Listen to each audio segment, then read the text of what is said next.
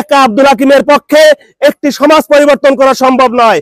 প্রত্যেকটি যুবক, প্রত্যেকটি বৃদ্ধ, প্রত্যেকটি মা, প্রত্যেকটি বোন, প্রত্যেকটি বাবা যদি এক একজন আব্দুল হাকিমের ভূমিকা পালন করে, তাহলে বড়াইগ্রাম গুরুদাসপুরের একটি উন্নয়নের রোল মডেল হিসেবে বাংলাদেশে প্রতিষ্ঠা হবে ইনশাআল্লাহ। সম্মানিত উপস্থিতি, আপনারা জানেন মাওলানা আব্দুল হাকিম ভাই ইতিমধ্যে তার নির্বাচন ইশতেহারে অনেকগুলো বিষয় বলেছেন। উনি বলেছেন উনি যদি নির্বাচিত হতে পারেন এখানে একটি কৃষি বিশ্ববিদ্যালয় করবেন, উনি যদি নির্বাচিত হতে পারেন এখানে একটি মেডিকেল কলেজ করবেন, উনি নির্বাচিত হতে পারলে এই বড়াইগ্রাম গুরুদাসপুরে প্রত্যন্ত অঞ্চলে যেভাবে রাস্তাঘাটগুলো এখনো কাঁচা রয়েছে সেই রাস্তাঘাটগুলো পাকা করে দিবেন। এরপর উনি বলেছেন এই অঞ্চলের মানুষের জন্য, যেহেতু কৃষি প্রধান এলাকা, একটি কৃষি গবেষণাগার উনি এখানে করে দিবেন যেন কৃষির উন্নয়নে ভূমিকা রাখতে পারে।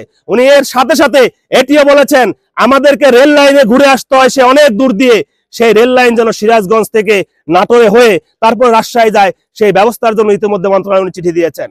এমন একজন মানুষ যিনি ধ্যানে জ্ঞানে সর্ব অবস্থায় এই বড়াইগ্রাম গুরুদাসপুরের মানুষদেরকে নিয়ে চিন্তা করতে চান। যখন 1 লক্ষ টাকা দিয়ে একজন এমপি হবে, ওই পার্লামেন্টে যাবে, তার হাজার হাজার কোটি টাকা প্রয়োজন হবে না, তার লুট করার প্রয়োজন হবে না, চাঁদাবাজি করার প্রয়োজন হবে না, সন্ত্রাসী করার প্রয়োজন হবে না।